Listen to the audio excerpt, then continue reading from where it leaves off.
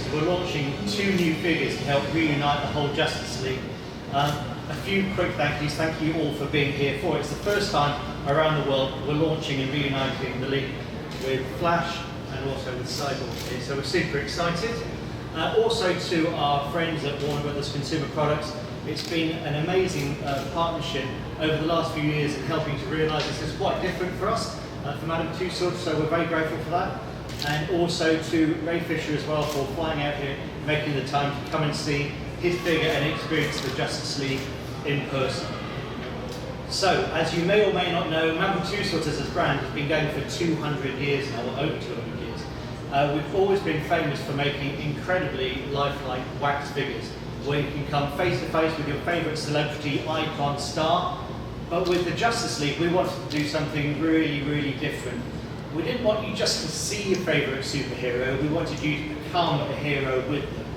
So, the evil of Lex Luthor in LexCorp, trying to take control over technology for Gotham and Metropolis. So it's up to you to work alongside your favourite superhero to help defeat him. So with Wonder Woman, her famous power pose, you can help summon a whole load of power, create explosions, amazing effect. With Superman, you can stop a helicopter from falling to the floor, literally next to him pushing it up. You can use the bat signal to help summon Batman. And now, behind you with Flash, the fastest man alive, you can run alongside him, which will then help transform and bring power to help defeat technology. And then with the amazing figure next to me, half man, half machine, Cyborg, you have to find a hidden code, enter it into a keypad, it will then project onto a hologram to help you find how to harness technology to stop the evil of Lex Luthor and LexCorp. So who better to talk about Cyborg and the experience of seeing Cyborg Wax than the man that brought Cyborg to life himself. Ladies and gentlemen, please welcome Ray Fisher.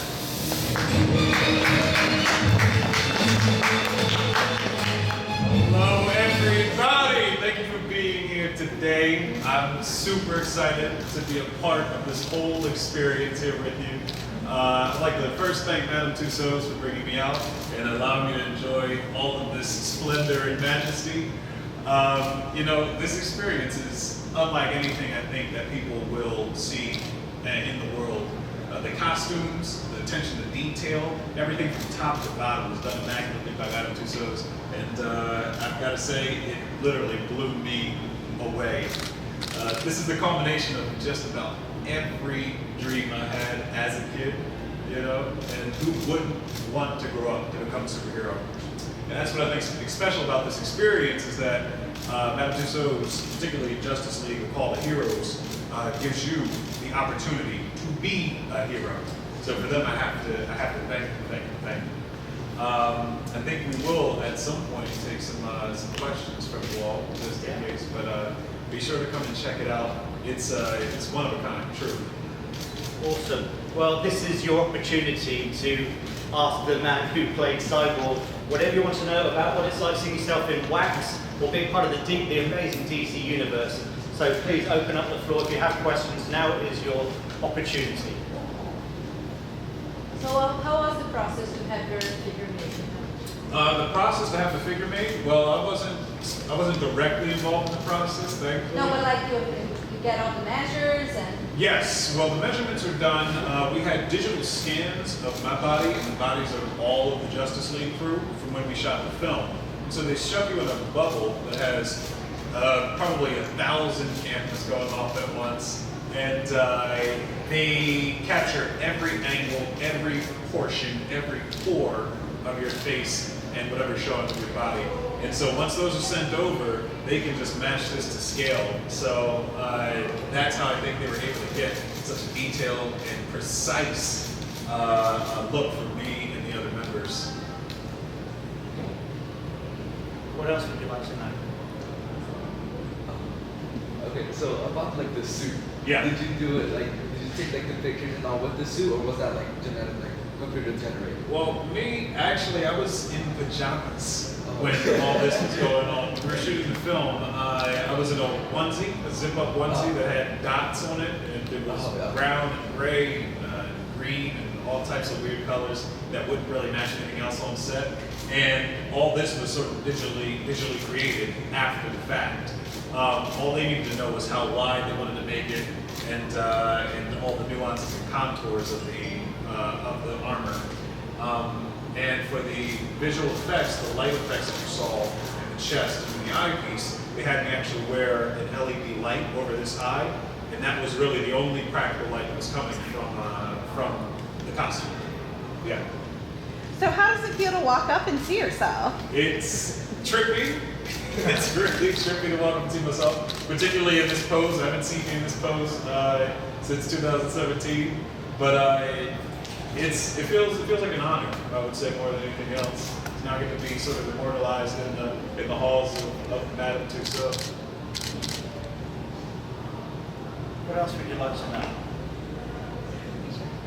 Or do you have any, like, on the suit, are there any, like, little things that you don't think that people would have noticed in the movie that they can actually notice while they're seeing the suit up close?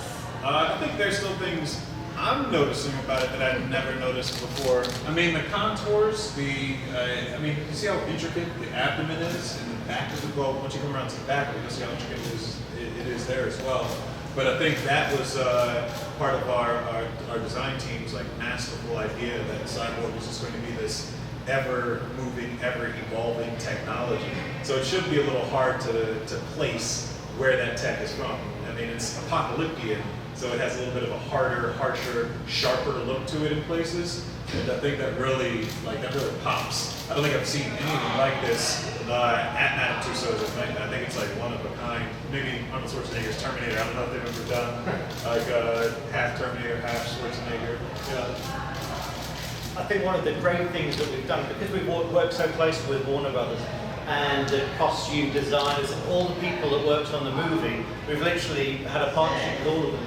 You won't see this detail. If you're a fan of the movies, you won't see that detail this close until you're here. Until you're here. Yeah, I mean, it's incredible, the detail. Everything is taken from the original molds, from the costumes. This isn't a mock-up. This is genuinely as legitimate as you'll ever see a movie set and costume of people here at Madame Tussauds Orlando. It's pretty amazing. I'm sure there are tons of cosplayers who will be trying to take pieces of the costumes with them and take them home, but only here.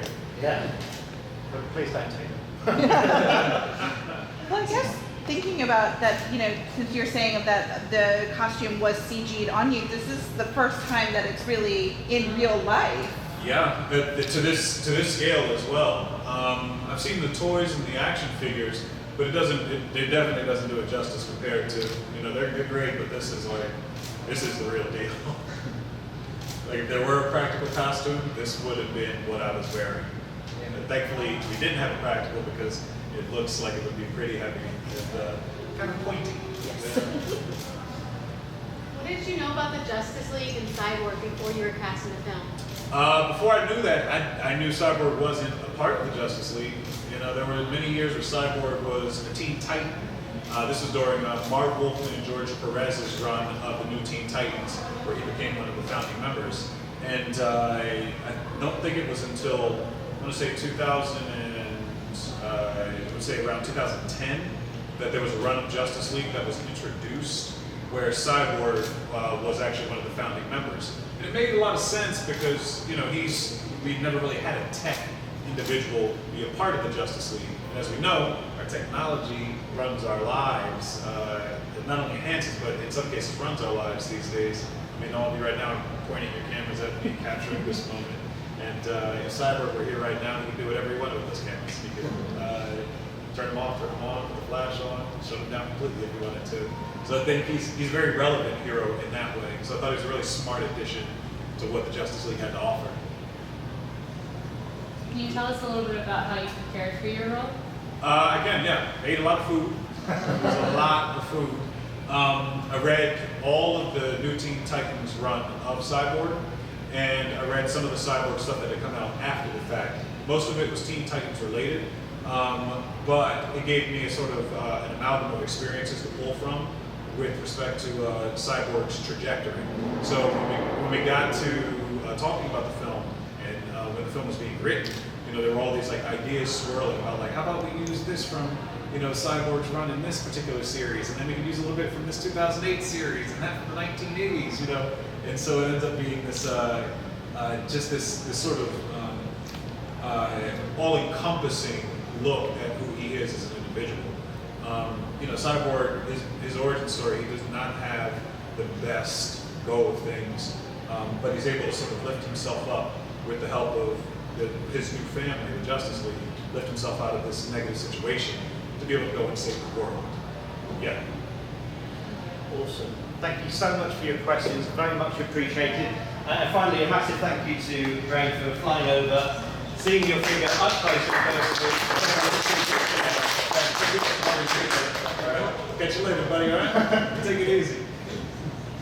Awesome. Well, that concludes our press conference. Thank you so much again for being here. We hope you're going to stay around and experience the figures up close and personal. As you know, we're all about getting up close. There's no ropes or barriers, so please get the photos, get the experiences you like. I'm going to be around for a little while afterwards if you want to ask any more questions, but thank you so much for being here. Have a great evening and enjoy the Justice League here at Madame Tussauds Orlando. Thank you very much. Thank you. Thank you.